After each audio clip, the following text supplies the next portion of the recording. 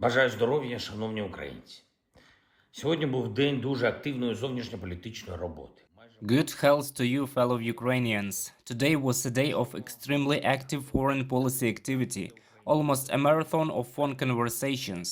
We are increasing the number of those who stand for Ukraine's candidacy and adding confidence that the decision on Friday will be positive. Slovakia. In a conversation with Prime Minister Heger, we coordinated our positions on the eve of the session of the European Council. Lithuania. I thanked President Nauseda for the decision of the Three Seas Initiative Summit to grant Ukraine the status of a partner participant.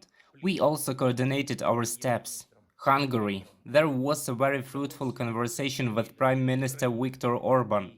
I invited him to visit Ukraine and thanked him for the important support for our sovereignty and territorial integrity of our state.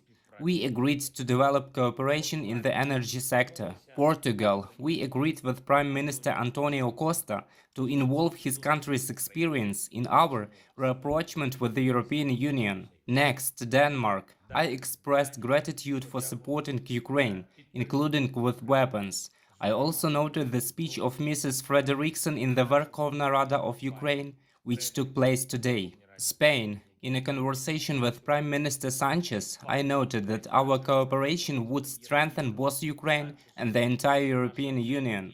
The possible outcome of the NATO summit in Madrid, which will take place in late June, was discussed. Ireland. I noted Ireland's active support for our European integration and invited Irish Prime Minister Martin to visit Ukraine. Croatia. I am confident that we can expand our cooperation both bilaterally and at the level of European structures. I thanked Prime Minister Plenković for his support of Ukraine. I was happy to see in Kiev a great friend of our state, Prime Minister of Luxembourg, Bettel. And I would like to draw your attention once again to the assistance from Luxembourg. 15% of the defense budget of this state. This was a contribution to the defense of Ukraine.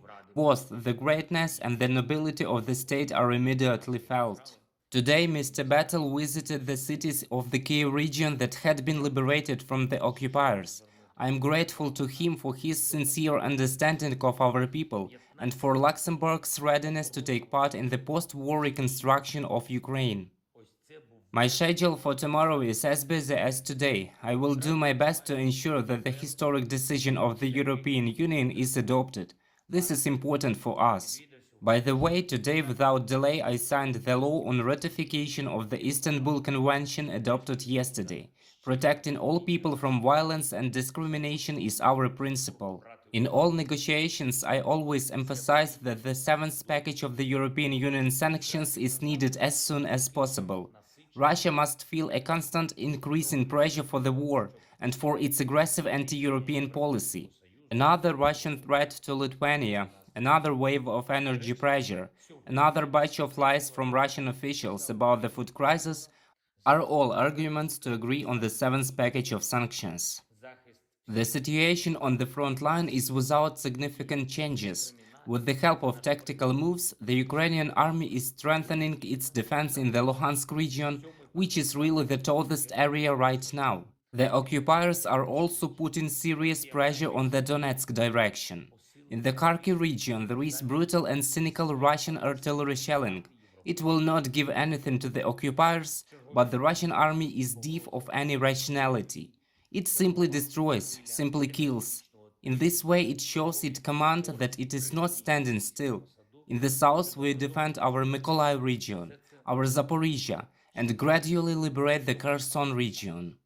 And just as actively as we fight for a positive decision of the European Union on the candidacy for Ukraine, we fight every day for the supply of modern weapons for our country. We do not decrease our activity for a single day. The lives of thousands of people depend directly on the speed of our partners, on the speed of implementation of their decisions to help Ukraine. Today I signed two major decrees on awarding our defenders. At the request of the Commander-in-Chief of the Armed Forces of Ukraine, 210 combatants were awarded, 3 of them posthumously. At the request of the Minister of Internal Affairs, 255 warriors of the National Guard of Ukraine were awarded, 41 of them posthumously. 41 bodyguards, 12 of them posthumously, and 45 policemen. And I want you to realize that when I talk about signing such decrees, it's not just a routine, it's not something mechanical.